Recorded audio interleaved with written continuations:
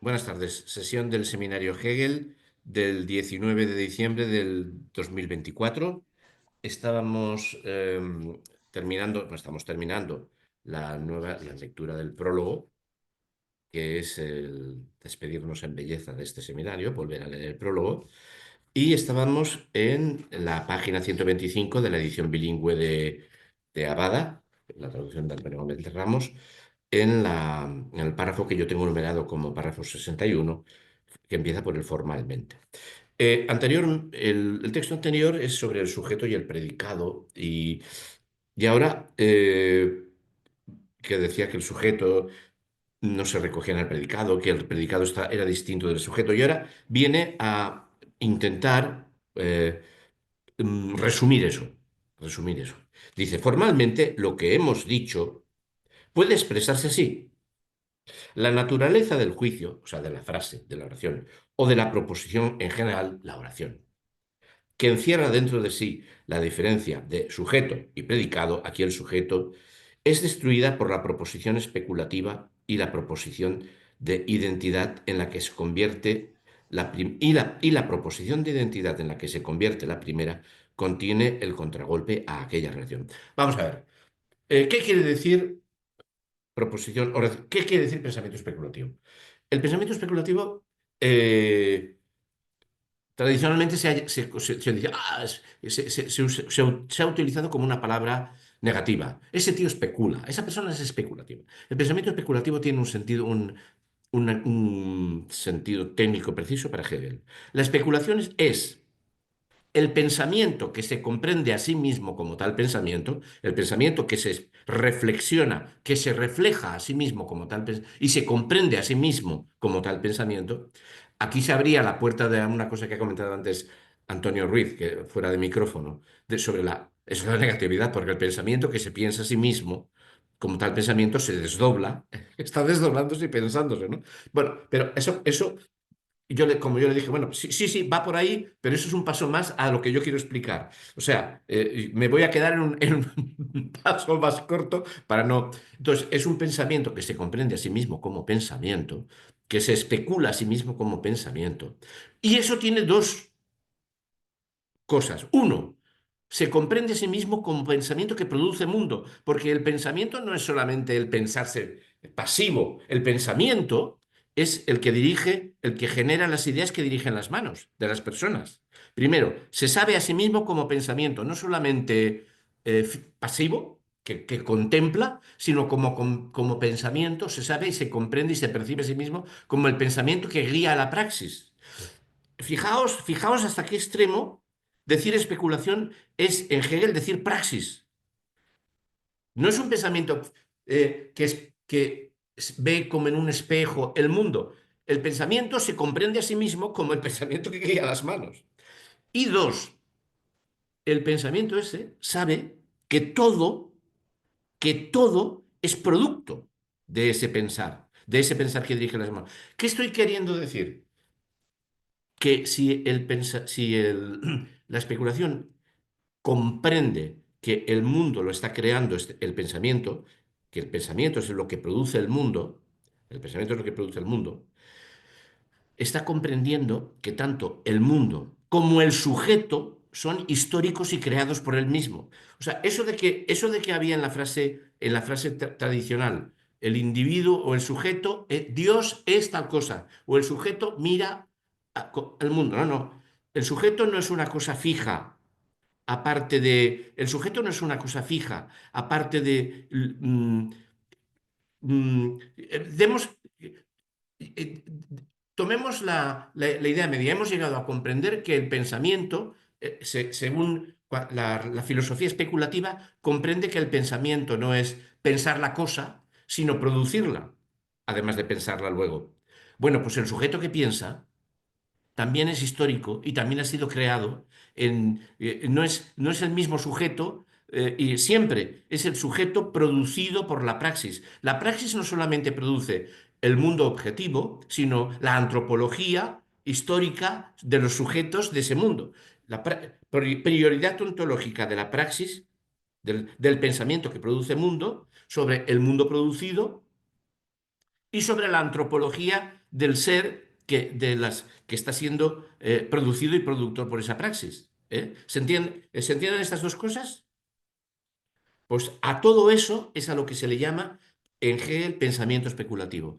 Y a todo eso, fijaos que el pensamiento especulativo, por lo tanto, es lo absolutamente opuesto a lo que se considera que es especulación. Una persona quieta, pasiva, viendo mundo. No, el pensamiento especulativo es el pensamiento práctico, es la filosofía de la praxis, podríamos decir, poniéndonos en plan gramsciano. O sea, esto, tela, tela, tela. Y esto es lo que está contándonos cuando nos dicen, no, el sujeto no está pasivo y Dios es, y entonces viene el predicado, pero Dios es siempre, Dios es omnisciente, Dios es omnipotente, Dios es eterno, y el sujeto fijo, en el pensamiento especulativo, cada nueva producción cambia al sujeto también.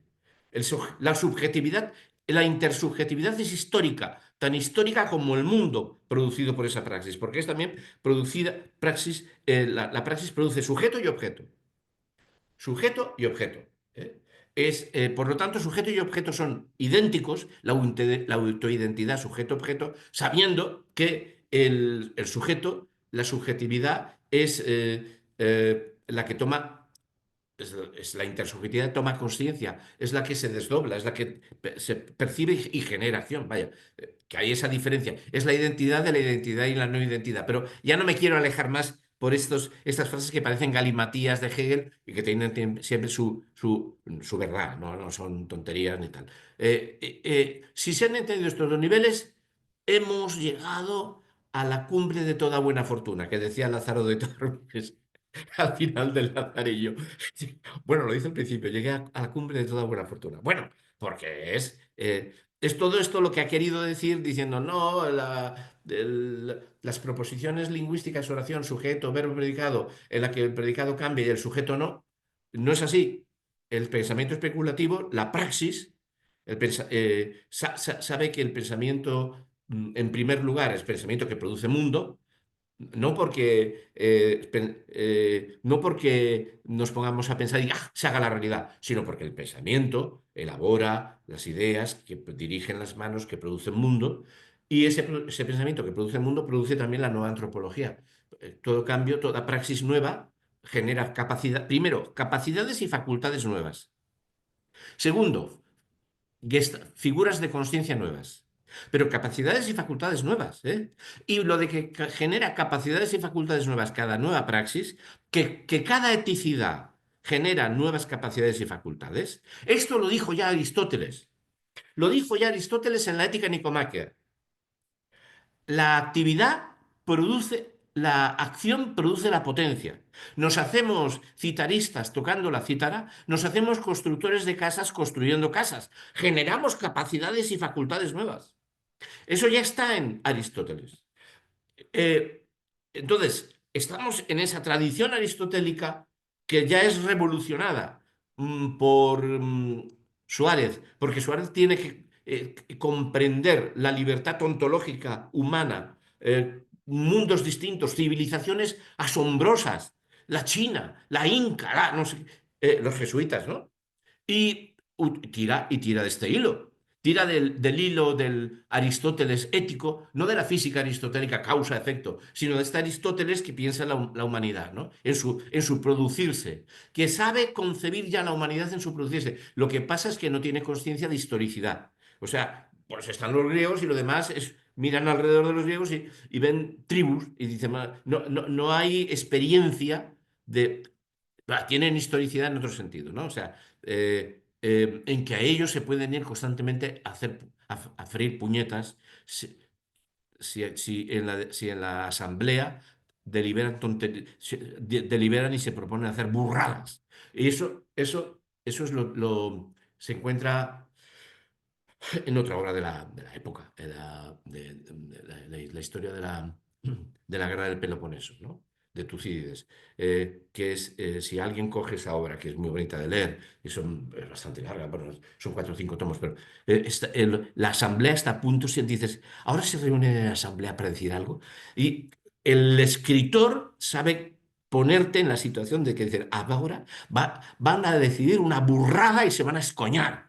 Lo cual no quiere decir que, que decidiera mejor un gran rey persa que una asamblea. No es contra la democracia, es contra la naturaleza humana que siempre puede optar por una locura y estrellarse. Es, es otra la lección. Los atenienses, después de una larga guerra, la tienen ganada y porque con la flota siempre llegan a donde quieren antes que los espartanos que van andando y deciden que ya se han ganado, si es que deciden, bueno, pues vamos a rapiñar una ciudad de la Magna Grecia que tiene un gran... Y lo hacen porque pueden, porque lo han ganado. Cogen la flota, van a la ciudad, desembarcan para robar la ciudad, meten las naves en la arena, porque van todos a rapiñar la ciudad. Llega la flota espartana, que es mucho menor, pero desdestroza la flota, los hace prisioneros a todos y los hace una decisión de asamblea del lago. Tal cual. Hasta ahí llega la historicidad, ¿no? Pero eso de que hay civilizaciones distintas, eso ya no hay experiencia suficiente. Tienen la total antropología para comprender todo eso, pero no hay experiencia. Entonces es a partir de la modernidad, y esto lo explica muy bien en el capítulo 5 Hegel, ¿no? Con la modernidad empezamos a saber que somos toda realidad. Eh, lo que pasa es que Hegel no se plantea la modernidad española, la modernidad del barroco, la modernidad del descubrimiento de América y de enviar misioneros a la China, jesuitas, católica, que llega a una gran información y dicen, pero bueno, esto hay que comprenderlo, somos un ser plástico, ¿no? Bueno, todo eso no está ahí. O sea, como suelen decir, la fenomenología del espíritu hubiera podido optar por otras muchas figuras de conciencia y otros muchos pasajes históricos para construir, pero bueno, hay lo que hay. Pero bueno, el esquema es cojonudo, con perdón de los señores que puedan estar escuchándonos. Esto es lo que hay. Estamos ante la historicidad. El pensamiento especulativo es la praxeología. Pensamiento especulativo es comprender que somos el ser que se autoproduce, pero que el pensamiento es producción. El pensamiento desde el que comprendemos que el pensamiento es producción y que, por lo tanto, si el pensamiento es producción y somos nosotros los que generamos la producción, cambiamos al generar nuevo pensamiento el mundo material y la antropología de los sujetos que somos los productores. Bueno, eso es lo que está aquí apuntado. Lo que pasa es que lo apunta porque, claro, esto que yo he contado es contar el capítulo final, casi. Es contar el espíritu, el capítulo sexto. El capítulo sexto, el espíritu absoluto. Es contar eso. Y él no puede adelantarlo. O sea, este prólogo está escrito al final de la obra, pero él como él dice, los prólogos no pueden adelantar adelantar lo que se va a contar en la obra. Para llegar a eso hay que leer la obra. Y entonces se quedan estas formulaciones sobre si el sujeto y el predicado, y el predicado da un contragolpe al sujeto. Coño, establezca usted prioridad ontológica de la praxis intersubjetiva, que es pensamiento intersubjetivo que produce mundo, sobre el mundo producido y sobre la antropología de los sujetos productores. Pero claro, eso es explicar el libro y él no puede hacerlo, aunque lo sabe mejor que yo. Bueno, pues ahí estamos. Formalmente lo que hemos dicho puede expresarse así. La naturaleza del juicio o de la oración, la proposición en general, que encierra dentro de sí la diferencia de sujeto y predicado, es destruida por la proposición especulativa, por el pensamiento especulativo, que es lo que acabo de explicar. Y la proposición de identidad en la que se convierte la primera contiene el contragolpe a aquella relación. Hay una identidad sujeto-objeto, y eso es el contragolpe, es el rechazo al tipo de pensar sujeto, predicado, tal. Guión, o sea, fijaos, este párrafo ya es todo él un intento de explicar lo anterior, pero lo que acaba de decir no le convence. Guión ha introducido en las galeradas esta serie, esta catarata de guiones sobre guiones, ¿no? Porque hay un guión, tal. Este conflicto entre la forma de una preposición, sujeto, verbo y predicado, y la unidad del concepto, el Begriff. El Begriff es el pensamiento generador de praxis, es el logos productor de praxis, es el Dios divino, el logos que produce mundo. O sea, esta Este conflicto entre la forma de una preposición en general, sujeto, verbo, predicado, el sujeto es inmóvil, le ponemos accidentes, pero la esencia es fija, no es, cada predicado dice una cosa. Joaquín es rubio, Joaquín es calvo, Joaquín tiene 72 años, Joaquín es el mismo. No, el pensamiento práctico productor genera un nuevo mundo y genera una nueva subjetividad. Este conflicto entre la forma de una proposición, de una frase, de una oración en general y la unidad del concepto que la destruye es semejante al que tiene lugar en el ritmo entre el metro y el acento. El metro y acento, sujeto y objeto, se autogeneran mutuamente. No puede ser que que el ritmo esté fijo. El ritmo y el acento, el golpe acentual, donde caiga el acento eh, al leer un verso, al leer un verso. A ver si... Ínclitas razas ubérrimas, sangre de Hispania fecunda. Es el ejemplo, o sea, Rubén Darío eh, mm, y hace ritmos acentuales. Por eso recurro a versos de Rubén Darío. Me lo sugirió Jiménez, ¿eh? Jiménez dice, Rubén Darío, y digo, ah, coño, claro, sí, es verdad. Si lo sabes tú. Ínclitas razas, ubérrima sangre de Hispania fecunda. Esto es un verso de Rubén Darío que entonces vemos como el golpe crea el ritmo y el ritmo, o sea, el golpe acentual crea el ritmo. eh, bueno, ritmo y metro. Es que la poesía griega y la latina no son es una poesía que no es de rima, no es de rima, es es de métrica. Y la métrica la crea la alternación de vocales largas y vocales breves en las palabras elegidas que crean cadencias. Entonces, y este tío, este del señor Hegel, lo sabe y está insistiendo en esto. Entonces pero en la poesía actual, la poesía, em, bueno, hoy en día la poesía no tiene rima, ¿no? Puede no tener rima, pero en la poesía de la latinidad y del tradicional, que les llamábamos poesía a eso que terminaba en rima, ¿no? Y entonces, para poner un ejemplo asequible a lo que dice Hegel, hay que buscar algún poeta que sí que haya marcado ritmos acentuales, además de tener rima. Y en este caso, Rubén Darío tiene rima, pero hace estos golpes así de, bueno. Me estoy alargando sobre esto del metro. El ritmo resulta de la fluctuación del acento de ambos y de su unificación. Ritmo, tom, top, top, eso da, en fin. De igual modo, en la proposición filosófica, la identidad del sujeto y del predicado no debe anular la diferencia entre ellos. Hay sujeto, hay predicado, porque la praxis genera un nuevo mundo material y una nueva antropología. Pero hay antropología nueva y hay mundo creado nuevo, hay subjetividad nueva y hay materialidad nueva, pero van unidas. O sea, la identidad de la identidad y y la no identidad que dirá en otro. De igual modo, en la proposición filosófica, la identidad del sujeto y del predicado no debe anular la diferencia entre ellos. Hay una identidad y una diferencia, una no expresada por la forma de la proposición, sino que su unidad debe brotar como una armonía. Vale, vale. La forma de la oración, de la proposición, es la aparición del sentido determinado o el acento que establece una diferencia en el relleno de la proposición. Esto del relleno, Jiménez lo pone de otra manera, es como si el contenido de una oración fuera muletón, ¿no? El muletón de algodón que se mete en la sombrera. No. Eh, eh, no es relleno. Hay una forma más.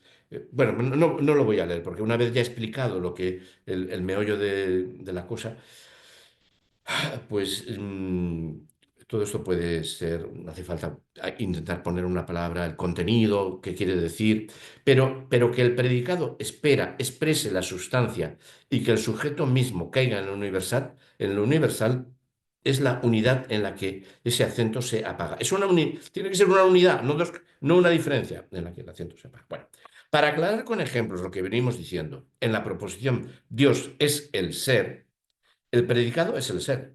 Tiene, tiene un significado, pero es donde está donde está Dios es un término vacío, ¿no? Entonces está intentando poner ejemplos en los cuales se demuestra que la separación de sujeto y predicado, el ver la cosa separada, es el ver al sujeto como un inerte y lo otro como, como una cosa de la que se predican accidentes, adjetivos, accidentes, es erróneo. Y que en la oración solo puede ser entendida como unidad.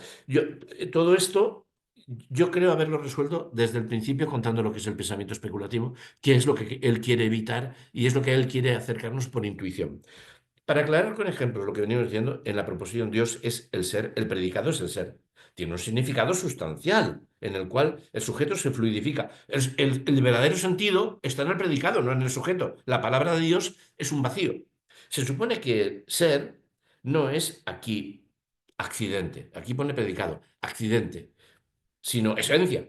El ser, cuando decimos que es lo importante. La palabra Dios no tiene significado. La palabra que tiene significado es esencia, ser, que ya está en el predicado. Con lo que Dios parece que deja de ser lo que Él es por el lugar que ocupa en la proposición, a saber, el sujeto firme. Entiende que esto no está aclarando nada. Guión. Dado que el sujeto se pierde, claro, sí, ¿qué significado tiene un nombre propio? Un nombre propio no tiene significado. Joaquín, Antonio. Antonio es médico, Antonio ha trabajado en Olivet. Ahí empezamos Pero Antonio, como la palabra yo, es la máximamente universal y es la máximamente sin significado. Yo somos todos. Yo es una palabra para referirnos a todos. La carga importante viene en eso que parece lo secundario.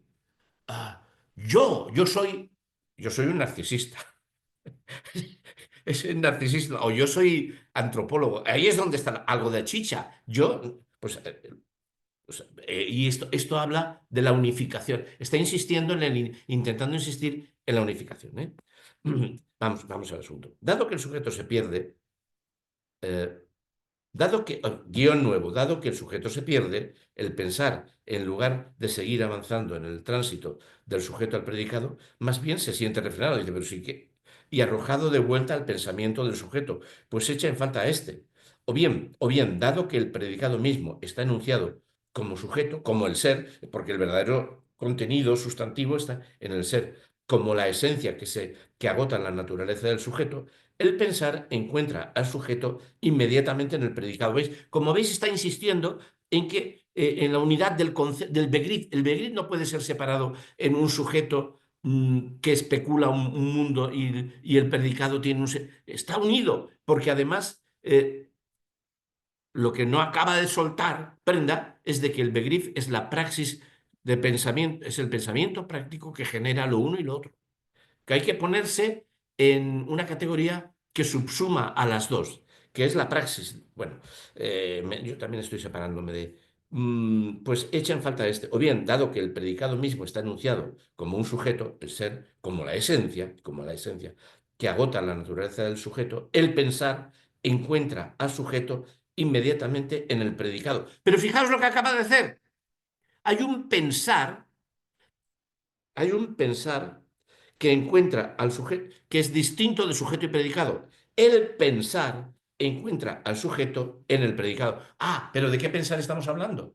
Un pensar que se enfrenta con la oración e intenta ver cómo se conjuga sujeto y predicado. O sea, estamos colocándonos en un pensar que es un paso anterior. Y ya no estamos reflexionando en términos de gramática, sujeto, verbo, predicado, sino en términos de contenido sustantivo. Y estamos colocándonos o sea, de pensamiento. Y estamos colocándonos en un pensamiento que está pensando la oración, que está pensando el pensar, que está pensando. El pensar encuentra al sujeto inmediatamente en el predicado. Y entonces, en lugar de, tras haber ido dentro de sí en el predicado, ese pensar obtener la libre posición del raciocinar, sigue aún ahondando en el contenido. Es un pensar que está enfrentado a la frase, o al menos está presente la exigencia de estar ahondando en él. Eh, por aquí hay una palabra que me he saltado. Eh, bueno, es lo mismo. Estuve teniendo que buscar un término que, así, relleno, esa palabra que parece un muletón, en alemán es Erfüllung, o con L, con elle, Erfüllung, y no es relleno, es cumplimiento, es desempeño. Aquí aparece como relleno. Bueno, la tenía que notar. Bueno, en fin, no tiene. Estoy haciendo retroceder a la lectura, no tiene mayor interés. Bueno, a mí me llevó 2 horas darme cuenta de todo este tinglado, y, pero no aporta gran cosa. Nuevo guión. O sea, dice, esto no, yo no estoy aclarando nada. Guión. Así también, cuando se dice que lo efectivamente real. Estamos en el plano de lo sustantivo, de la realidad. La realidad es pensamiento práctico, es producida por el pensamiento, y el pensamiento ese que es praxis es la realidad, ¿eh? Cuando decimos que lo wirklich, bueno, por ahí anda, ¿no? Lo wirklich, lo que sea, es lo universal, lo efectivamente real, Wirklichen, perece en cuanto sujeto. Un sujeto vacío de la frase anterior está vacío. Perece en cuanto sujeto dentro de su predicado.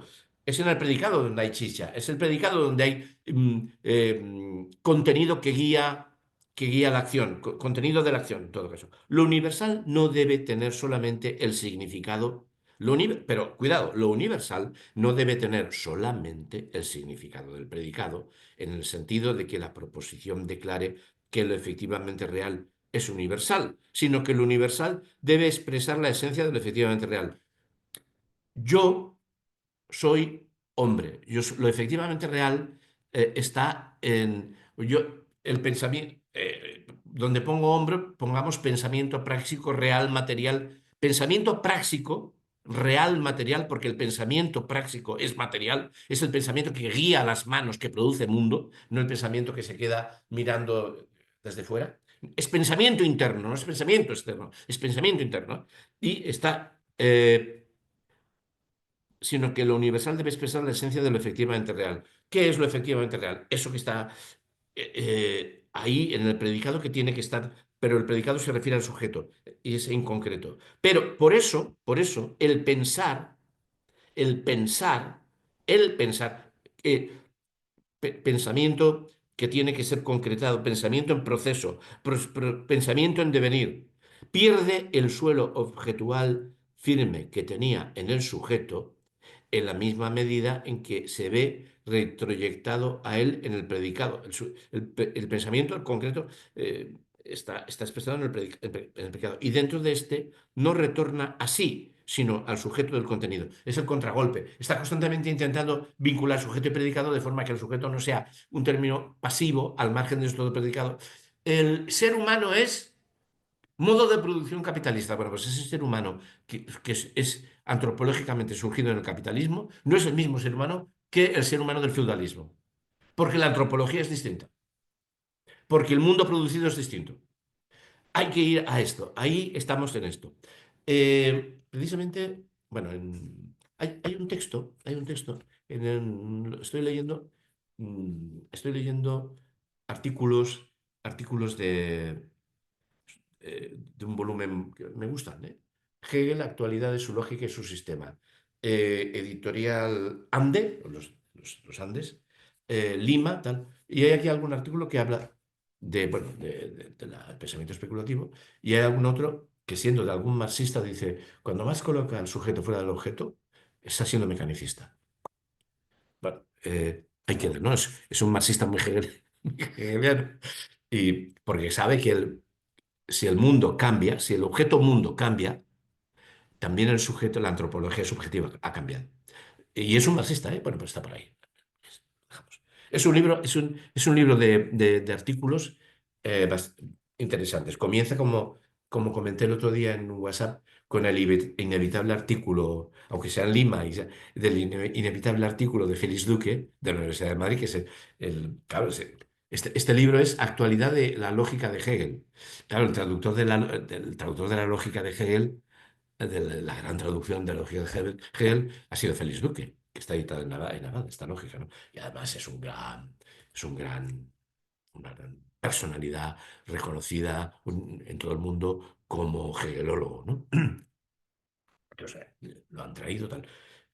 Y bueno, pero son artículos muy interesantes, muy claros, muy poco pedantes, bueno, dentro de lo difícil que siempre es entrar en el pensamiento general. A mí este libro, estas ponencias de este libro me están gustando mucho. No sé si es fácil de encontrar. No es un libro antiguo, pero se publicaron 500 ejemplares. Lo vi en la central, en la librería de la calle Mallorca, ¿no? Primera edición, Lima, 2021, tiraje 500 ejemplares. Bueno, sí, está bien. Bueno, a mí me gusta. Ya está. Si una sugerencia, pues ahí queda, ¿no? Por eso el pensar pierde, bueno, esto ya lo hemos leído. En este refrenarse, en este ir al pensar que lo rico de lo fijo está en el predicado, pero que el predicado es una predicación de algo fijo, que somos siempre fijos predicando cosas así, no, dice no. La praxis nueva, los predicados nuevos, la acción nueva cambia ese sujeto. En este refrenarse al que no está acostumbrado, al que no se está acostumbrado, al que no se está acostumbrado, se basan en gran parte las quejas sobre la ininteligibilidad de los escritos de filosofía. Claro, está contándonos lo que es el pensamiento especulativo. No ha usado, no ha entrado el pensamiento especulativo, ¿no? El pensamiento especulativo entendido como entiende Hegel el pensamiento especulativo, ¿no? Que por ahí he comenzado, ¿no? ¿no? En este refrenarse al que no se está acostumbrado, se basa en gran parte en las quejas sobre la ininteligibilidad de los escritos de filosofía, cuando, por lo demás, en el individuo se dan las condiciones habituales de formación cultural para entenderlos. Dices, pero, tío, tú tienes formación, tú tienes cultura, tú estás preparado y te quejas. En lo que hemos dicho podemos ver el fundamento de un reproche muy concreto que se les hace a menudo a los escritores de filosofía, que bastantes cosas de ellos hay que leerlas varias veces para poder entenderlas. Reproche del que se supone que contiene algo incontestable y definitivo, de modo que cuando se da por bien fundado, no admitiría réplica. Eso que es difícil no dice nada. Pues, si usted tiene formación, rómpase los cuernos y intente ver lo que hay. Por lo dicho arriba, se hace claro qué pasa con esto. La proposición filosófica, la oración filosófica, como es una frase, suscita la opinión de que se trata de la habitual relación de sujeto y predicado. Claro, está diciéndonos más cosas, está diciéndonos, pero mire, la proposición filosófica, el pensamiento especulativo es eso que hemos explicado. Pero al pensamiento especulativo hay que llegar mediante el lenguaje. Y el lenguaje funciona a base de sujetos y predicados. Tiene usted que vencer la primera aproximación sujeto-predicado para asumir eso, que cada vez que se cambia el predicado, que cada vez que la praxis humana cambia mundo y predicamos de ese mundo algo nuevo, se ha cambiado también el sujeto, que el sujeto no está fijo. Sí, ¿se da por buena esta interpretación que yo doy? Sí, vale, vale, bueno. Pues, pero claro, eso, sin embargo, el lenguaje es sujeto, verbo y predicado. Juan es bueno, el niño va a la escuela, el arroz se ha pasado, se le pasó el arroz. Son arroz, pasar, esto, lo otro, Pues, si se le pasó el arroz es una solterona, ¿no? Es la. Eh, bueno, el lenguaje, y vamos más allá. La única manera de acceder a la comprensión de que nosotros somos el pensamiento absoluto es a través del lenguaje. Que nosotros somos idénticos al mundo que producimos, la única forma de comprenderlo es mediante frases. Y las frases ponen entre el sujeto y lo que queremos decir, la mediación lingüística. La mediación lingüística es insuperable. Y encima, la mediación lingüística, que es insuperable, porque para hablar tenemos que hablar, para llegar al pensamiento llegamos solamente al pensamiento mediante el lenguaje, encima el lenguaje funciona a base de sujetos, verbos y predicados. Y para llegar al pensamiento al pensamiento especulativo, tenemos que partir de las oraciones que son sujeto fijo, predicado. Bueno, este es el salto al que tenemos que ir más allá, ¿no? Esto es lo que nos quiere decir, en el fondo, que nos lo irá contando más veces a lo largo y desplegando más esto, ¿no? Por lo dicho arriba, se hace claro qué pasa con esto. La proposición filosófica, como es una oración gramatical, suscita la opinión de que se trata de la habitual relación de sujeto y predicado y del habitual comportamiento del saber. Este comportamiento y la opinión del mismo los destruye el contenido filosófico de la oración. La proposición aquí de la oración, la opinión hace que la experiencia que se mienta otra cosa distinta de lo que ella querer decir. La opinión, la Meinung, hace. Aquí hay un juego de palabras, ya nos lo dice por aquí el mismo, en la nota 53, el mismo Antonio Gómez Ramos, ¿no? La opinión. Hegel juega una vez más con los varios sentidos del término meinen, opinar o creerse algo más o menos infundadamente, como referirse a algo o tener una cierta intención de apuntar a cierta dirección. Otra posible traducción sería: la opinión aprende o se entera de que las cosas no apuntan por donde ya se creía. Vamos al la, pro- eh, la proposición filosófica, como es una proposición, una oración sujeto, verbo predicado, no, estamos en el lenguaje, suscita la opinión de que se trata de la habitual relación sujeto fijo, predicado, y del habitual comportamiento del saber. Nosotros miramos, el saber es saber de una cosa ya hecha, saber de una cosa ya construida, ya fija, desde un sujeto que percibe, ya construido, ya fijo. No, la- el mundo producido fijo y el sujeto fijo no son así. Hay un proceso, el pensamiento es praxis intersubjetiva que produce ese mundo y produce nuevo mundo constantemente y nueva antropología constantemente. Ese comportamiento y la opinión del mismo nos destruye el contenido filosófico de la proposición. La opinión, Meinun, hace la experiencia de que se está nombrando, que se mienta, otra cosa distinta de lo que ella creía querer decir. La opinión, sujeto, verbo, predicado, está apuntando a otra cosa. Y esta corrección de la opinión fuerza al saber a volver sobre la frase y captarla ahora de otro modo. Captarla ahora de otro modo. ¿Eh? Eh, yo pienso que, bueno, lo primero que yo he contado, eso del pensamiento especulativo, sería: ¿y de qué otro modo, señor Hegel? Y el Hegel va a decir: os estoy contando lo que es el pensamiento especulativo, pero no lo puedo contar todavía. Pero bueno, voy a haceros la excepción que no voy a escribirla, solo vamos a hacerla aquí entre nosotros. No la escribo, porque eso tiene. El pensamiento especulativo y eso es lo que yo os expliqué al principio. Una dificultad que debería evitarse la constituye la mezcla del modo especulativo con el modo y del raciocinante. Una dificultad, el pensamiento especulativo frente al pensamiento raciocinante, sujeto, verbo, predicado. Esto es así.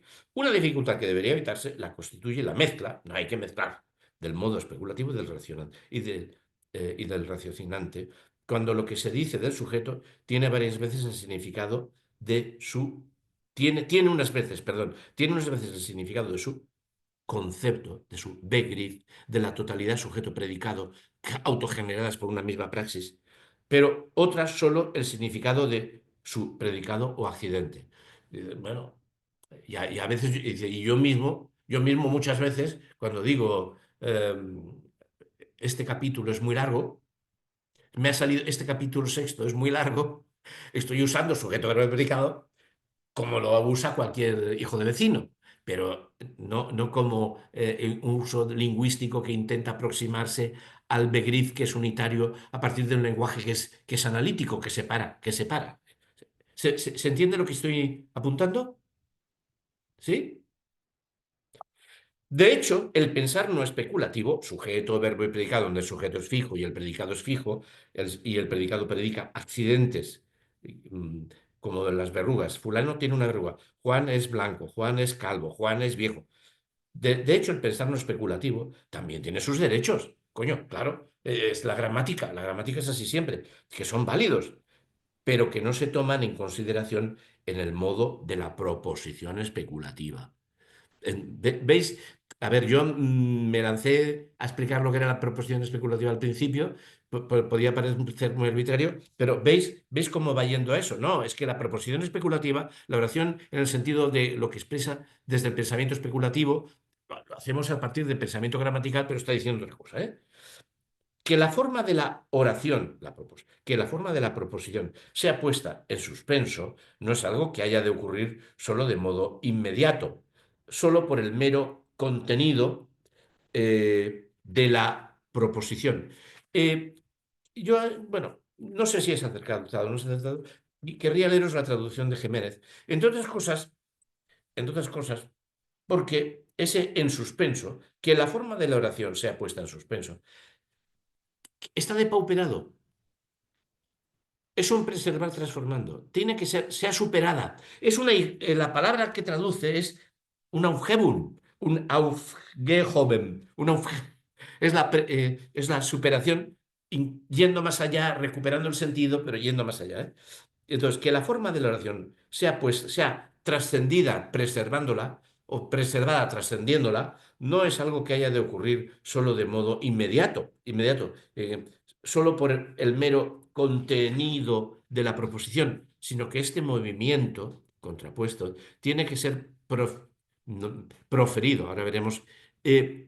No solo debe ser aquel refrenarse interior, sino que este retornar el concepto dentro de sí, el pensamiento especulativo, que se comprende como pensamiento activo, pero para pensarlo tenemos que recurrir al sujeto verbo predicado.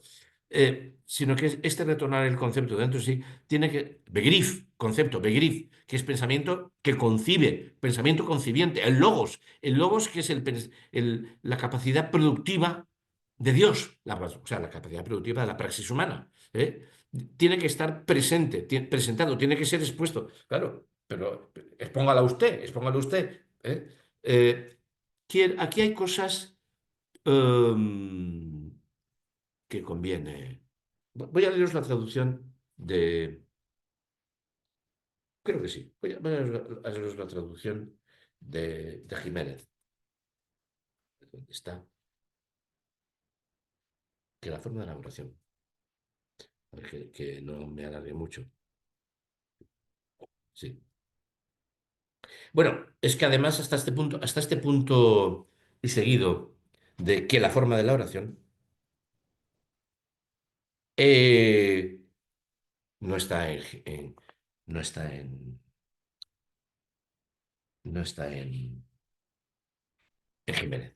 Leo, desde el principio del párrafo, por lo tanto, del párrafo de este que yo enumero, que comienza por el de hecho.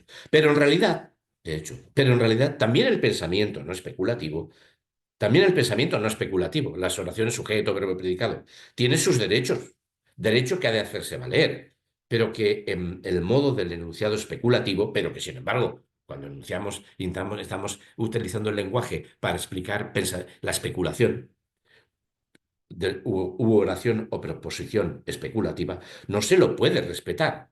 No se puede respetar el pensamiento sujeto verbo predicado. O no se lo respeta, de hecho.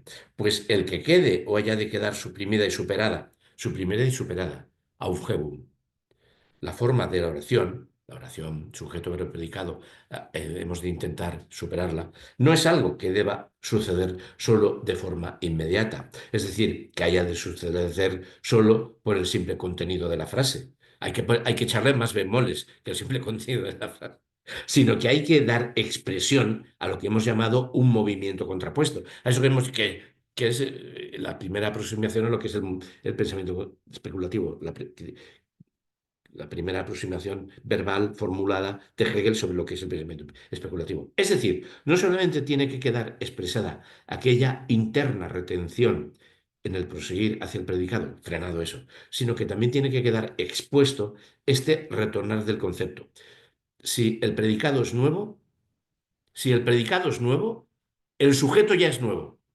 Porque el predicado nuevo exige un sujeto nuevo. El sujeto no es el mismo fijo y el mundo referido eso es lo que nos está queriendo decir que la oración lingüística tradicional no consigue reflejar. No solamente tiene que dar expuesta a aquella interna retención en el proseguir hacia el predicado, sino que también tiene que quedar expuesto este retornar del concepto a sí mismo, del begriff, del concepto a sí mismo. Este movimiento que constituye él, lo que si no, este movimiento que constituye él lo que, si no, es decir, en otros contextos, en otros de oración corriente, habría que quedar suministrado por la prueba o por una prueba. Es el movimiento dialéctico. Esta, una de las primeras veces que aparece la palabra dialéctica en Hegel, ¿eh? Es decir, es lo especulativo real. Y solo el quedar expresado o dicho o expuesto él mismo es la exposición especulativa. Bueno, como veis, tiene muchos más perendengues y muchos más matices, mucho más interesante esta traducción. Pero en cuanto a enunciado, resulta que lo especulativo se queda solo en aquella retención interior, porque ahí está la frase, sujeto, verbo, estamos intentando ir a lo especulativo con frases del lenguaje que son lo que son. El lenguaje no es especulativo. La especulación la pone la filosofía, la gramática no la pone. Lo único que podemos usar es la gramática para llegar, que es el lenguaje posible, para forzarlo, para no quedarnos en cosas quietas y separadas. Pero en cuanto a enunciado, resulta que lo especulativo se queda solo en aquella retención interior y en un no existente retorno de la esencia a sí misma. Es decir, por eso, en cuanto enunciado, lo especulativo se queda solamente en aquella retención interior. Es, en cierto modo, el retorno de la esencia, sí, pero un retorno que todavía no está ahí, que todavía no está ahí delante. En la frase no está. En la frase sujeto verbo predicado no está. Y, y- y el libro, primero tendré que explicar muy bien lo que es pensamiento especulativo, pero para eso tenemos que llegar al capítulo quinto y al capítulo sexto. Bueno. em, mm, la, sigue siendo un texto, a ver, este párrafo, que es el párrafo 65 que aquí tiene, en Gómez tiene 20 líneas, me parece, aquí tiene 60, ¿eh? 60. Y sigue el enunciado ha de expresar lo que es verdadero. Lo verdadero, que no es la certeza, más abajo, ¿no? Pero bueno, todavía aquí no hemos llegado a ello.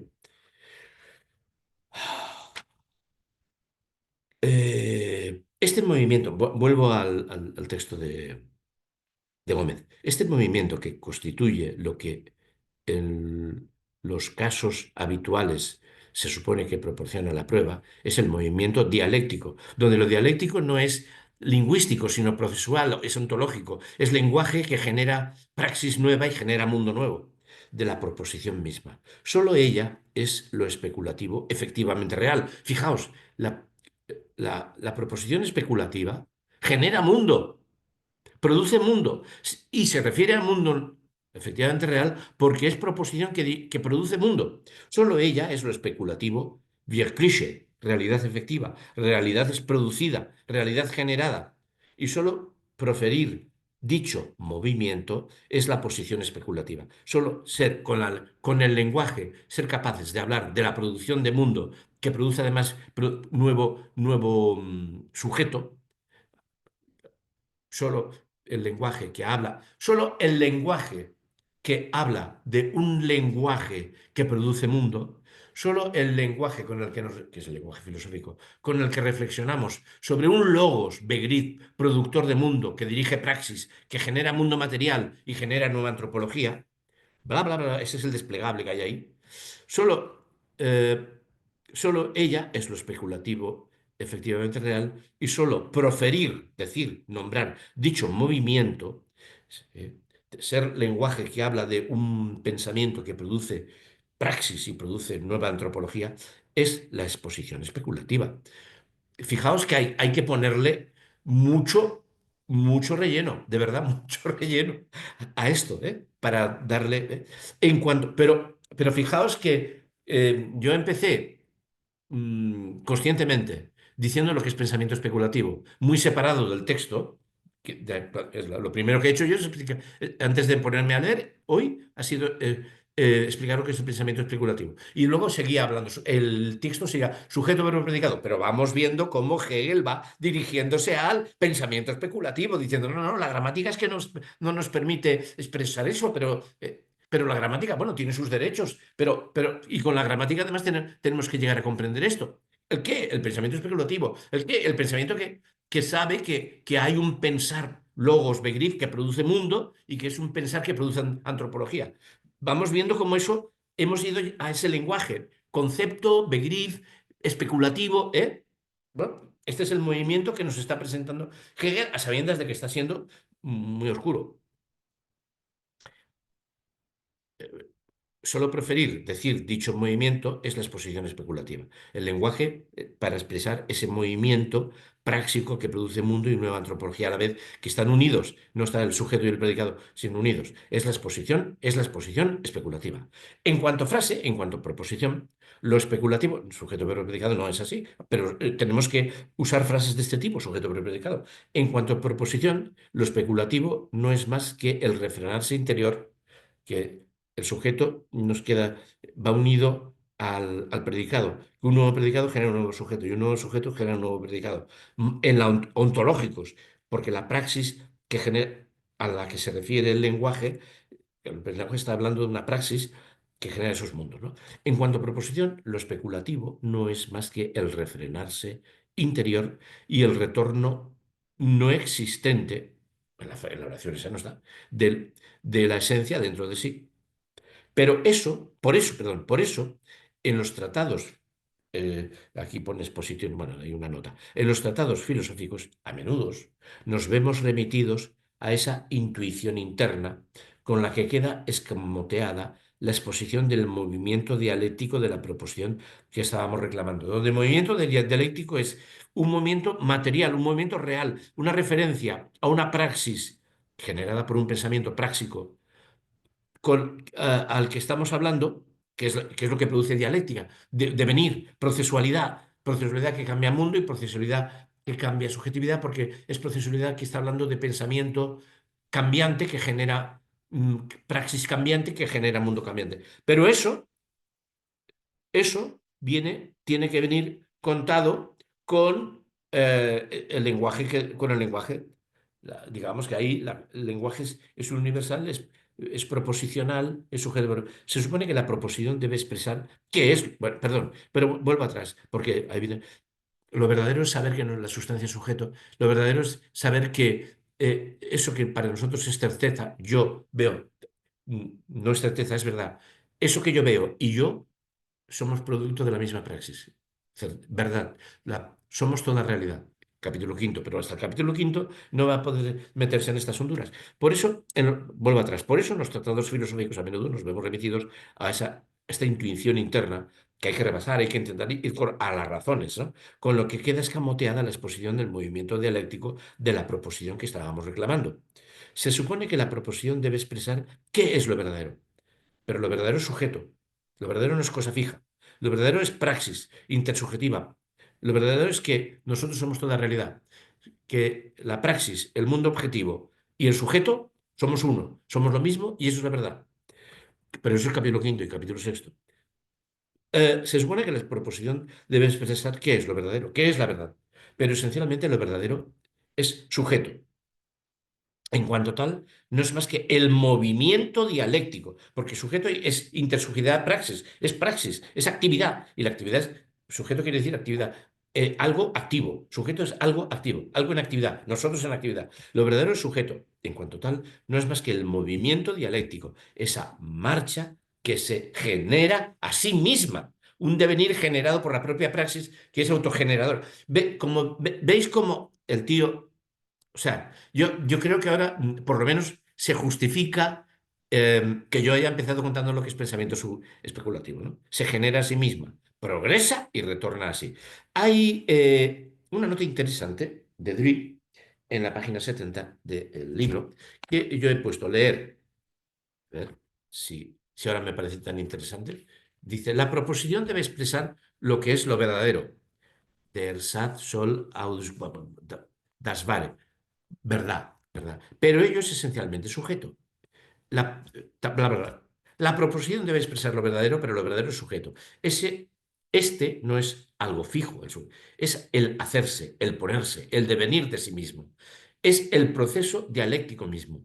El pensamiento representativo, este que yo me imagino verme a mí mismo, en aquello que soy yo lo veo como una cosa fija, el pensamiento representativo que verse a sí mismo como el sujeto que se contempla y no comprender que el objeto somos nosotros. El pensamiento representativo siempre es objetual y en ese sentido incapaz de captar el movimiento dialéctico, el terreno propio de la verdad. Bueno, como veis, también Dri ha dado el saldo de la proposición gramatical fijista porque vamos acompañando este viaje. Y esto es lo que hay aquí. ¿Eh? El conocimiento habitual, el conocimiento habitual que es el fijista, el conocimiento habitual. Fijaos, guión. Eh, mm, También hay varios guiones. Se supone que la proposición, eso viene después de un guión. Y ahora, nuevo guión. O sea, el hombre sabe que está contando una cosa en la que faltan elementos, pero no lo que... Podría adelantarlo. Hombre, claro, si le he escrito ya el capítulo quinto y el capítulo sexto, pero no lo hace. Nos ha dicho que tenemos que el libro se explica a sí mismo y que hay que leerlo, no puede ser resumido.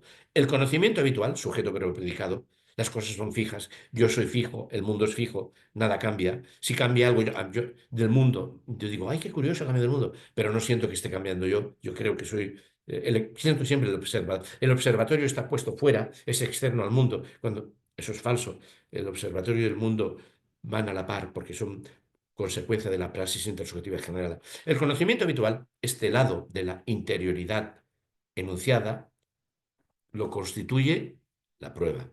Pero desde que la dialéctica fue separada de la prueba, se perdió, de hecho, el concepto de la prueba filosófica. Bueno, se puede, si queréis, os leo cómo lo resuelve esto último, mm, ah, eh, eh, Jiménez. El enunciado ha de expresar lo que es verdadero, lo que es lo verdadero, añade el Dewey. Pero lo verdadero es esencialmente sujeto. Y en cuanto a sujeto, lo verdadero solo es movimiento dialéctico, solo es procesualidad. La verdad es procesualidad que produce sujeto constantemente, autoconsciencia de yo productivo, constantemente no, aunque nos parezca fija, y mundo nuevo. Eh, el enunciado ha de expresar lo que es, lo que es verdadero. Corchetes, lo que es lo verdadero. Pero lo verdadero es esencialmente sujeto. Y en cuanto a sujeto, lo verdadero solo es este movimiento dialéctico, este proceso en devenir. Es decir, solo es este discurrir que él mismo se genera a sí mismo, que él mismo se desenvuelve y que desenvolviéndose, retorna a sí mismo. Claro, está haciendo estas paráfrasis constantemente. El párrafo este tiene cuatro veces la extensión del otro, de la traducción del de Gómez. En las demás formas de conocimiento, en las demás formas de conocimiento, en las que no son especulativas, en las que el lenguaje puede ir como sujeto, verbo y predicado, el sujeto fijo, el predicado fijo. En las demás formas de conocimiento, la prueba constituye precisamente este lado de la interioridad. Constituye precisamente el volverse expresa esta interioridad. Es decir, la prueba constituye el volverse expreso, el hacerse explícito, este lado de interioridad o ese lado que representa la interioridad, que se desdobla y la pone fija, que representa. Fijaos que, claro, aclara mucho más, pero pues si a la dialéctica se la separa de la prueba, es decir, si, como sucede en otros sitios, se intenta también en la filosofía una separación entre lo que se dice y la prueba o demostración de aquello que se dice, entonces lo que se pierde es el concepto de la prueba filosófica.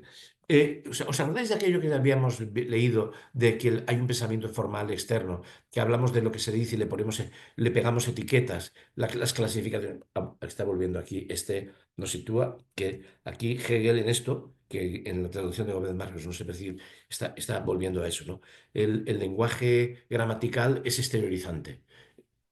Bueno, me da que, en parte, vuestro escepticismo sensato dice, bueno, lo que tú dices debe de ser así, pero que hay cosas que quedan en el aire. Pues bueno. Cabe recordar a este respecto que el movimiento dialéctico, praxis, el pensamiento como pensamiento que guía acción, el Begriff como pensamiento que produce mundo, produce acción, produce mundo porque produce acción que produce ese mundo y produce, por lo tanto, nueva antropología, porque nueva praxis genera nuevas capacidades y facultades en los individuos productores y nuevas formas de comprensión y autocomprensión de yo mismo, etcétera. Cabe recordar este respecto que el movimiento dialéctico también cuenta con proposiciones entre sus partes o elementos, entre oraciones con elementos, sujeto, pero por eso la dificultad que acabamos de señalar parece retornar siempre. Siempre tenemos que contar el movimiento dialéctico con frases que son fijistas y que nos representan, lo que sería el proceso nos lo representan como algo exterior y visto desde fuera. ¿Eh? Por eso la dificultad que acabamos de señalar parece retornar siempre y ser una dificultad de la cosa misma. Es algo semejante a lo que ocurre con las demostraciones habituales. ¿Os acordáis de las demostraciones que son siempre externas? El rectas cortadas por paralelas, bueno, o la pirámide, las fórmulas se pueden aplicar siempre a cosas muy distintas, a cosas concretas muy distintas. Y es una exterioridad o rectas cortadas por paralelas. No. Otro, Pitágoras. El teorema de Pitágoras se puede aplicar a cosas muy distintas. O el pi r cuadrado se puede aplicar a la rueda, a, a una mesa que tengo aquí que es redonda. O sea, pero eso es decir una cosa común a varias cosas, pero no estar explicando la procesualidad de un devenir.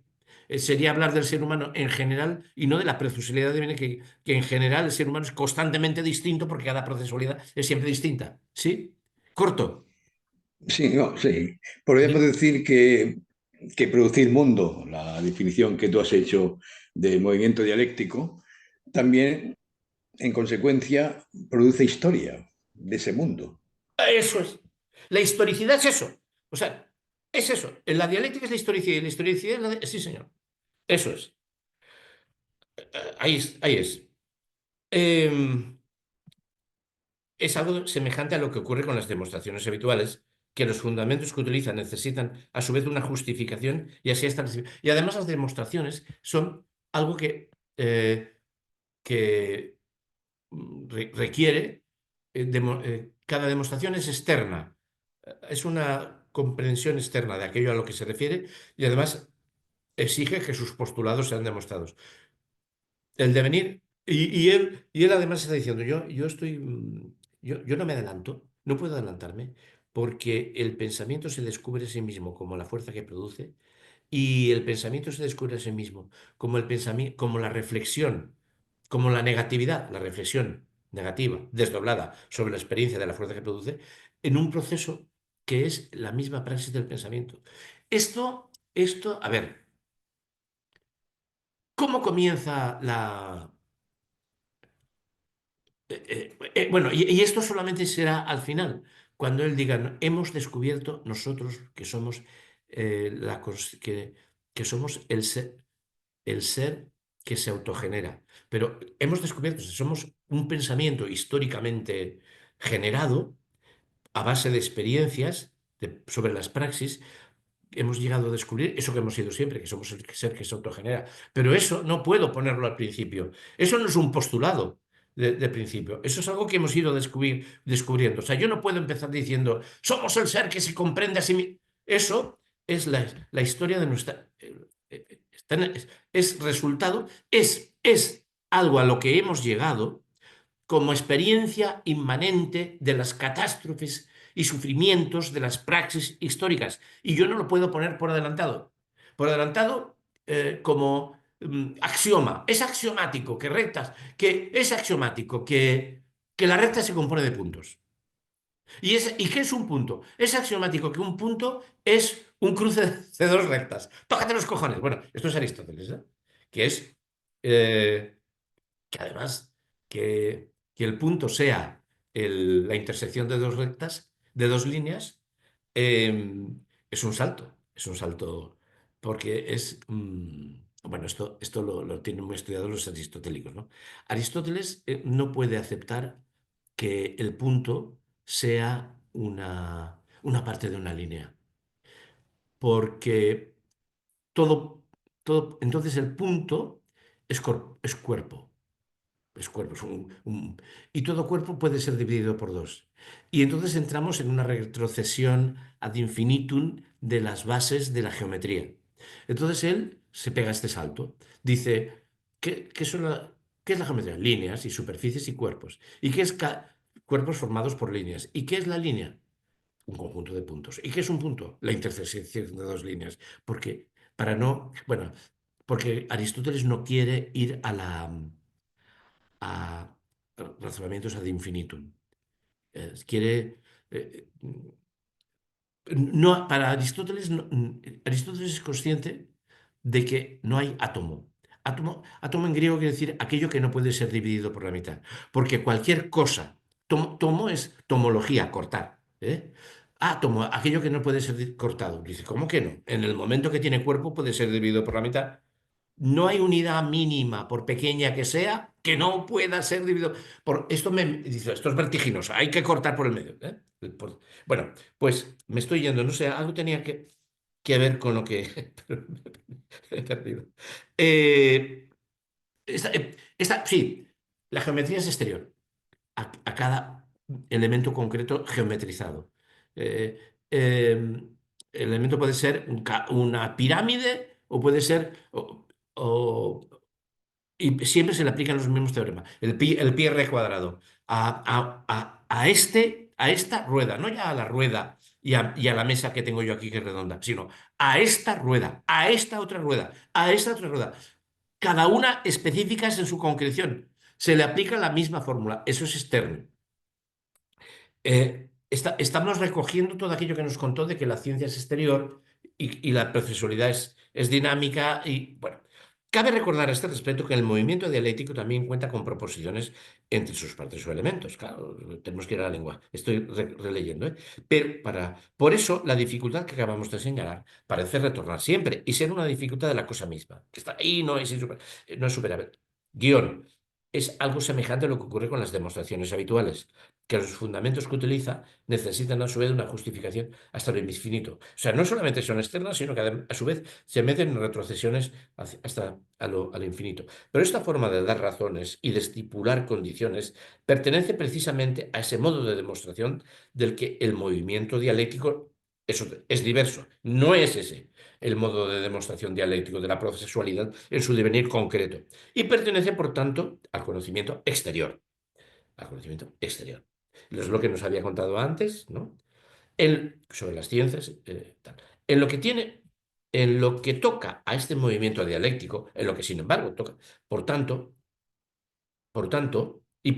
perdón, en lo que toca a este movimiento, su elemento es el concepto puro, el Begriff, la lengua que genera praxis, que genera nuevo pensamiento práctico. El Begriff, que es el logos, el verbo divino que produce mundo. Su elemento es el concepto puro, por lo que tiene un contenido que es de medio a medio, sujeto en el mismo. Es siempre acción práctica productiva, praxis productiva de sí mismo y del mundo. Es intersubjetividad en acción. Os recuerdo lo que he leído de Deri. No se da, pues, ningún contenido tal que se comporte como un sujeto fijo que subyaciera en el fondo. Aquí está recurriendo el cabrito de él a la concepción de sujeto aristotélica. Eh, el sujeto para nosotros y para él es acción, capacidad productiva. Los sujetos somos activos. El sujeto gramatical griego, lo que traducimos como sujeto, es el hipokeimenos de Aristóteles, que es hipo, aquello que está debajo, de lo que no sabemos nada y vamos a poner algo que es lo que dice el predicado. Juan es negro, Juan es blanco, Juan es listo, Juan es tal. Juan es categoría vacía, es hipokeimenos. Y es lo que está en el origen de la palabra sujeto, porque sujeto es lo que subjeto, lo que subyacere, lo que subyace debajo del predicado. Porque de verdad, los que tradujeron, los que inventan la palabra sujeto, bueno, no sé, quizá fuera Cicerón, que es el que va traduciendo las categorías griegas al latín. Lo que pasa es que luego nosotros con el tiempo hemos convertido el sujeto no en un término vacío, fijo, gramatical, que debe ser concretado, sino como el nombre que define al ser práctico activo. Hemos generado otro significado. Es lo mismo que la palabra pasiones. La pasión, para un griego y para un romano, la pasión es lo pasivo. Y nosotros decimos, es un ser muy apasionado, es un tío activo. No. Bueno, le hemos cambiado el sentido. Pero pasión, la pasión de Cristo es todo lo que le cae a Cristo encima. O sea, le dan palos, lo escupen, lo crucifican, no sé, no. Él está quieto y le dan por un tubo. La pasión es pasividad. Pasión es pasividad. Nosotros lo hemos convertido en un término que indica un ser muy apasionado, es un enamoradizo muy apasionado, es un tío que va detrás de las mujeres, como, o de, bueno, de quien sea, ¿no? A lo mejor de los repollos, sí, porque a lo mejor ama los repollos, pero bueno, se va como un loco buscando el amor en los repollos, o en las mujeres, o en lo que sea. Lo hemos convertido en término de actividad. Bueno, pues aquí él sabe, él vuelve al término griego, porque el término griego sujeto es pasivo y quieto y contemplativo, y sobre él cae el significado. A ver dónde me he perdido la línea. Mm, a ver, ¿dónde está? Por esta forma. No se da, a ver, no se da pues ningún contenido tal que se comporte como un subyacere, que subyaciera en el fondo debajo y al que su significado le correspondiera como pegotes, como categorías, como una cosa externa, igual que los teoremas, como un predicado. De manera inmediata, la proposición es solo una forma vacía. Así, la frase está vacía. No es dialéctica y no da pensamiento especulativo.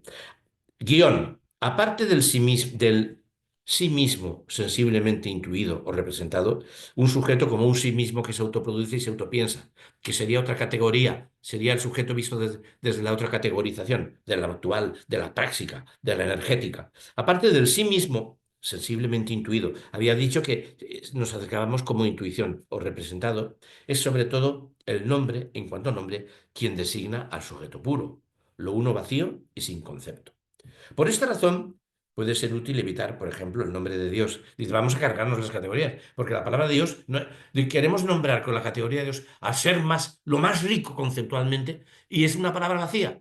Es como, porque es un nombre propio. Es como decir Juan, o decir yo. No hay cosa más. Decimos yo, me he expresado en mi autorrealización. Yo es una palabra que sirve para yo, para yo, para yo, para yo, para todo yo. No hay palabra más vacía que yo. Por eso, por esta razón, puede ser útil evitar, por ejemplo, el nombre Dios, porque esta palabra no es a la vez begrif, concepto de modo inmediato, no es energética, no es subjetividad práctica, sino que es el nombre, que es un nombre propio. Y un nombre, la quietud firme, la pasividad del sujeto que subyace en del hipocoimenos, al cual, si le queremos decir algo, saber algo de él, tenemos que ver lo que dice en el predicado. Por lo menos voy consiguiendo ver que per negationen está hablando de la especulación como el begriz, como práctico, en el rechazo ¿sí? Se va viendo cómo insiste, o sea, y cada vez va viendo más, aunque sea más oscuro que una noche como una boca de lobo, una noche como boca de lobo, está dándole vueltas a esto. Se está viendo, al menos se está viendo esto. Va, me alegre, porque puros por Dios que voto a Dios, voto a Dios. Que, que en cuanto acabe de escribir esta carta, a ver, ¿os recordáis cómo comienza el tenorio? Cuán rugen esos, man. Bueno, que en cuanto acabe esta carta se van a enterar. Pues en cuanto acabe, este tío se va a enterar. En cambio, el ser, por ejemplo, o lo uno, la singularidad, incluso el sujeto mismo, etcétera, indican conceptos de modo inmediato. La palabra ser, pero fijaos que la palabra ser sería predicado. Dios es el ser, por ejemplo, o lo uno. Dios es lo uno, es lo único. O Dios es singular. Pero ahí está colocando palabras que funcionarían aquí Incluso la palabra sujeto. Dios es sujeto. La palabra sujeto, cuando lo usamos, la usamos como predicado. Dios es término sujeto. La usamos como predicado. Por eso tiene algún sentido.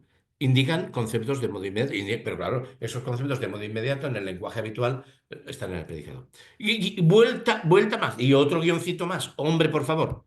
Em, y aunque de aquel sujeto se digan verdades especulativas, aunque de aquel sujeto se digan verdades especulativas, se pueden llegar a decir, el contenido de estas carece del concepto inmanente. O sea, yo puedo decir, el lenguaje es productor del mundo.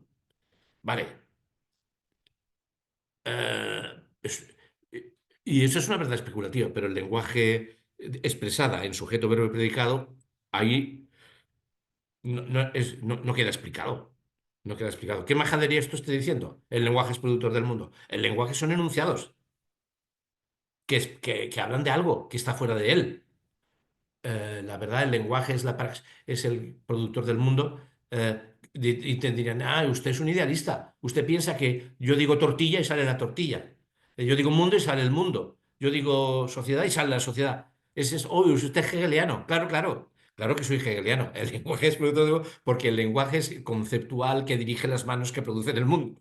Pero eso es el salto a lo especulativo. Y aunque yo quiera expresarlo con una frase gramatical, sujeto verbo predicado, bueno, es inane, no da explicación, hay que ir más allá, ¿no? Y aunque de aquel sujeto se digan verdades especulativas, el contenido de estas carece del concepto inmanente. No explica el devenir inmanente del proceso, es así. Pues él solo está presente como sujeto en reposo, no explica el proceso, la procesualidad en su devenir. Y por esta circunstancia es fácil que estas verdades adquieran la forma de simple edificación. O te las crees, Dios es bueno. Ah, qué bueno es Dios. Recemos a Dios que es bueno.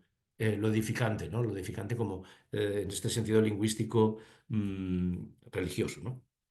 De este lado, pues el obstáculo que reside en la costumbre de captar el predicado especulativo por la forma de la frase, convertimos la especulación, no nos percatamos de que tenemos que ir más allá del sujeto predicado. De este lado, pues, el obstáculo que reside en la costumbre, en el hábito, la tontería de siempre, de captar el predicado especulativo, que es predicado verbo que dirige praxis, que produce mundo, objetivo e intersubjetividad de captar el predicado especulativo por la forma de la frase sujeto verbo, no como begriff y esencia, no como concepto y esencia, el ser que está en autoproducción, el esente, un participio de presente, podrá resultar aumentado o disminuido por culpa del discurso filosófico mismo, cuando la filosofía renuncia a ir más allá y utilizar el lenguaje para aproximarnos a lo especulativo. La exposición fiel a la intelección, pensamiento intelectivo, sujeto predicado, puesto el sujeto se pone fuera y se representa lo que hay como algo externo a él y como algo que no es él. La exposición fiel a la intelección que la exposición fiel a la intelección en la naturaleza de lo especulativo tiene que mantener la forma dialéctica. Tiene que ser dialéctica y no admitir nada sino en la medida en que sea concebido y sea el concepto. Voy a leer la tradu del amigo Jiménez. A ver, caray, me he perdido. Me cago en mar. Disculpad, no, que las tengo numeradas también. Esta es el final de la 66. El final de la 66. Bueno, el párrafo 66 tiene en Jiménez una página entera y un trocito más. Pero bueno, vamos al final. Porque tiene el enunciado, eh, en bastardillas. Eh,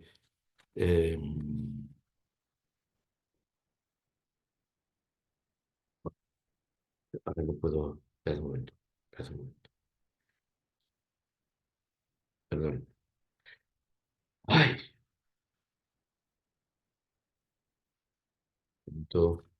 66. Es el final de la 66. No, ¿qué va? Tiene 2 páginas y un trozo, y tiene, tiene 2 páginas enteras. Eh, el- y aunque el sujeto del indicado por el nombre de Dios se enuncia en verdades especulativas, ahora voy a leer más de una página, ¿eh? Es lo que, Eh, y aunque a ver, perdón, me he vuelto a perder, joder, lo siento, disculpad. Y aunque de este sujeto, del indicado por el nombre de Dios, se enuncian verdades especulativas, el contenido de ellas carece de concepto, de begrif, de concepto inmanente. No ver a Dios desde fuera, no a Dios como la fuerza productiva práctica que produce el mundo, porque este contenido solo está ahí presente como sujeto estático. Pues es lo que da la gramática. Y debido a esta circunstancia, esas verdades especulativas cobran fácilmente la forma de no ser más que pura edificación. Hoy Dios es la suma bondad, hoy Dios es la suma omnipotente. Bueno, por este lado, pues esa dificultad que tiene su origen en el hábito de entender, aquí en el otro costumbre, en el hábito de entender el predicado especulativo conforme a la forma del enunciado, sujeto verbo predicado, en vez de entenderlo como begrif y como esencia, en vez de entenderlo como concepto y como esencia, besen como, porque es participo presente, acción, puede verse aumentada por culpa de la propia exposición filosófica. La propia filosofía puede acentuar más esa mala interpretación debida al lenguaje. Puede verse aumentada por culpa de la propia exposición filosófica, pero también la exposición filosófica puede contribuir a disminuirla. O sea, aquí dice, bueno, pero la filosofía puede también ayudar en el sentido contrario. A tal fin, la exposición, fiel a su inteligencia de la naturaleza de lo especulativo, la exposición fiel a su inteligencia de la naturaleza de lo especulativo, tiene que mantener la forma dialéctica y no aceptar que entre en ella nada sino aquello de lo que ella se haya hecho concepto, Begrif, y aquello que sea concepto, Begrif, praxis, pensamiento activo, no separado, no quieto, no. Pero al igual que el comportamiento que hemos llamado razonante, el entendimiento que se ve pasivo reflejando un mundo que es externo a él y no se ve. Pero al igual que el comportamiento que hemos llamado razonante, también es un obstáculo para el estudio de la filosofía el imaginarse, de forma ajena también a todo comportamiento razonante, incluso que uno puede estribar sobre verdades hechas, sobre verdades que puede dar por supuestas, sobre las que su posesor cree no tener necesidad de retornar, sino que simplemente las pone por base y cree poder limitarse a enunciarlas. Fijaos, en poner los presupuestos que explican esto también desde fuera, así como a juzgar por ellas y a admitir y rechazar o rechazar en función de ellas. Precisamente por este lado hay una urgente necesidad de convertir de nuevo la filosofía en asunto serio.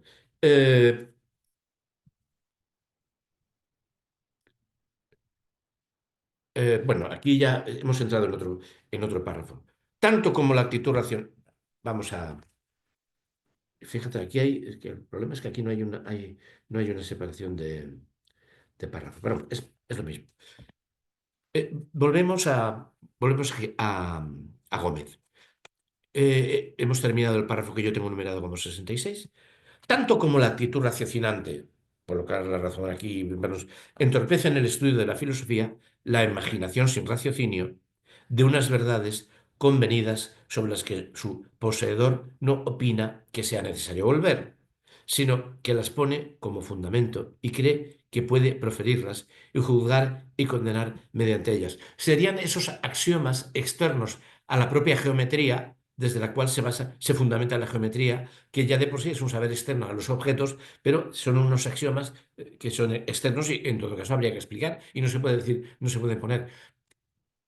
Eh, Él no dice que a su libro no le pone un fundamento desde el principio. ¿Qué fundamento podría ponerle? Dios es creador. O el verbo o el logos. No, él rechaza todo esto. Toda explicación es inmanente al proceso práctico y al pensamiento humano. Porque si quisiera si quisiera buscar un fundamento externo a lo que va a aparecer en el libro, tendría que ponernos un Dios o la materia. La materia genera el mundo. La materia genera. No. La materia genera el pensamiento. No, el pensamiento es generado por una praxis y nos lo va a contar. Sí, sí, no puede atreverse a poner principios axiomáticos antes, porque habría que demostrarlos y decir, no, pues la demostración es todo el libro. El pensamiento se piensa a sí mismo. Oiga, ¿qué dice usted, don Hegel? ¿Pero qué payasada es esa? Cuando lleguemos al final, al pensamiento absoluto, veremos que, pero eso no lo pone como axiomática, sino que no lo pone como a eso se está refiriendo. Mm, Tanto como la actitud racional entorpece en el estudio de la filosofía la imaginación sin raciocinio de unas verdades convenidas sobre las que su poseedor no opina que sea necesario volver, sino que las pone como fundamento y cree que puede proferirlas y juzgar y condenar mediante ellas. Por ese lado, urge una especial necesidad de que vuelva a hacerse del filosofar un asunto serio. En todas las ciencias, artes, destrezas y oficios, vale la convicción de que para poseerlos se precisan múltiples esfuerzos en su aprendizaje y ejercicio.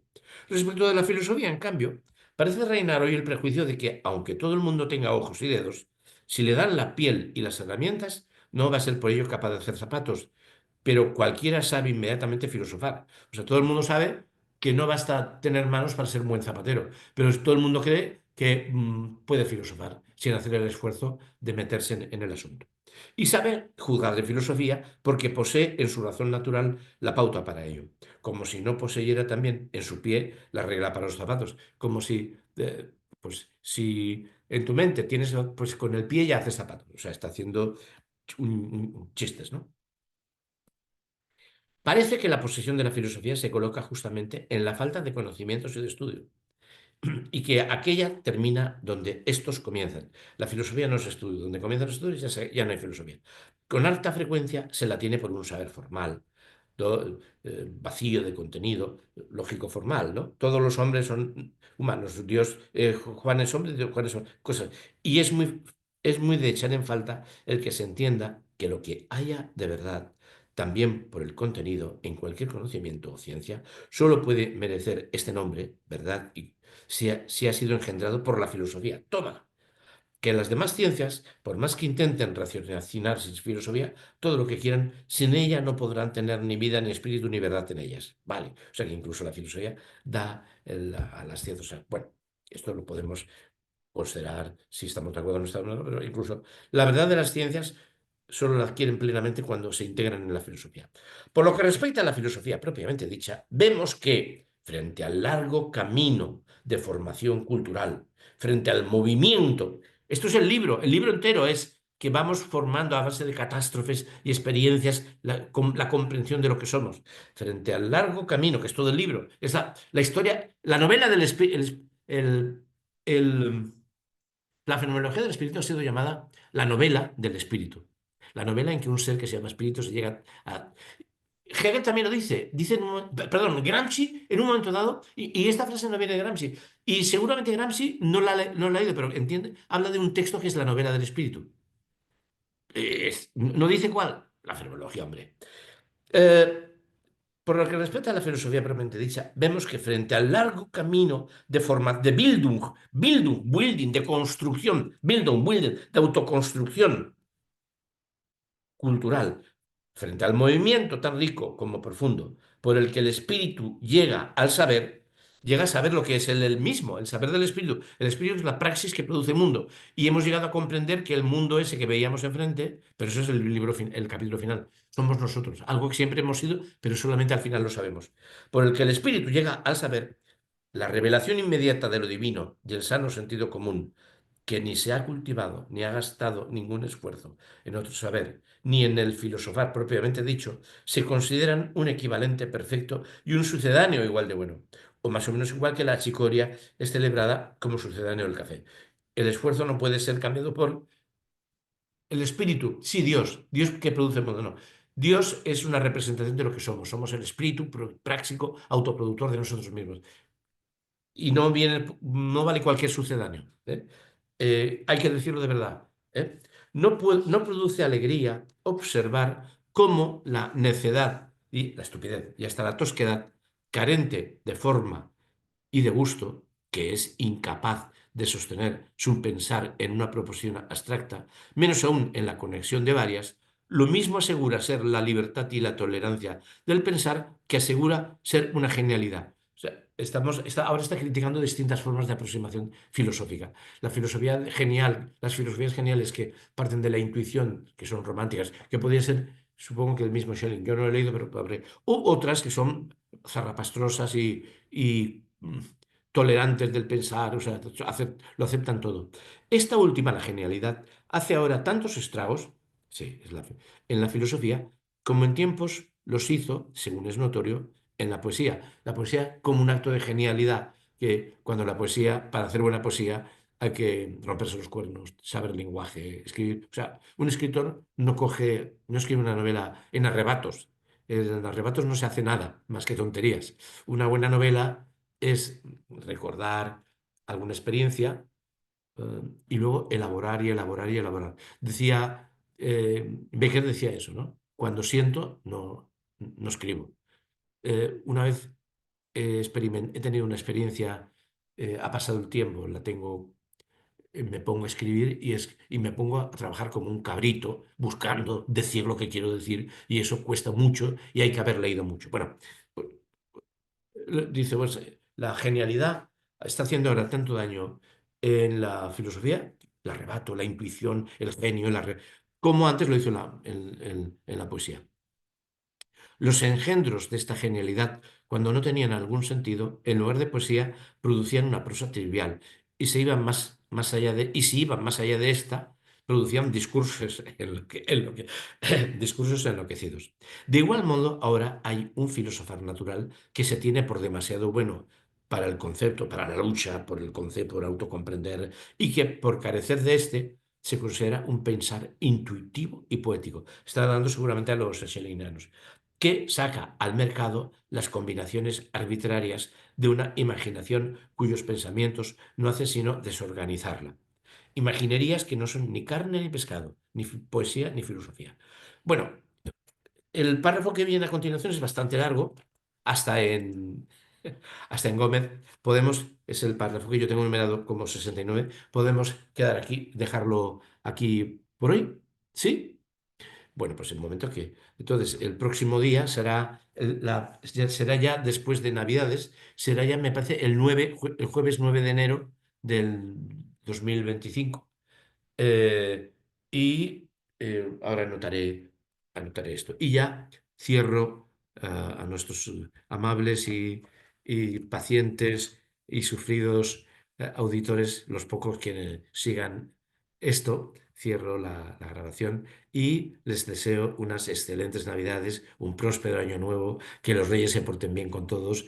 eh, y, contrariamente a lo que diría cualquier otra persona, que hagan ustedes todos los excesos que puedan en el comer, en el beber y en todas las excesividades, porque la vida es excesiva y hay que vivirla excesivamente. Y no se corten un pelo, hagan todo lo que puedan. Y ya está, voy a ver cómo se desgraba. A ver, ahora tengo que buscarlo aquí. Detener grabación.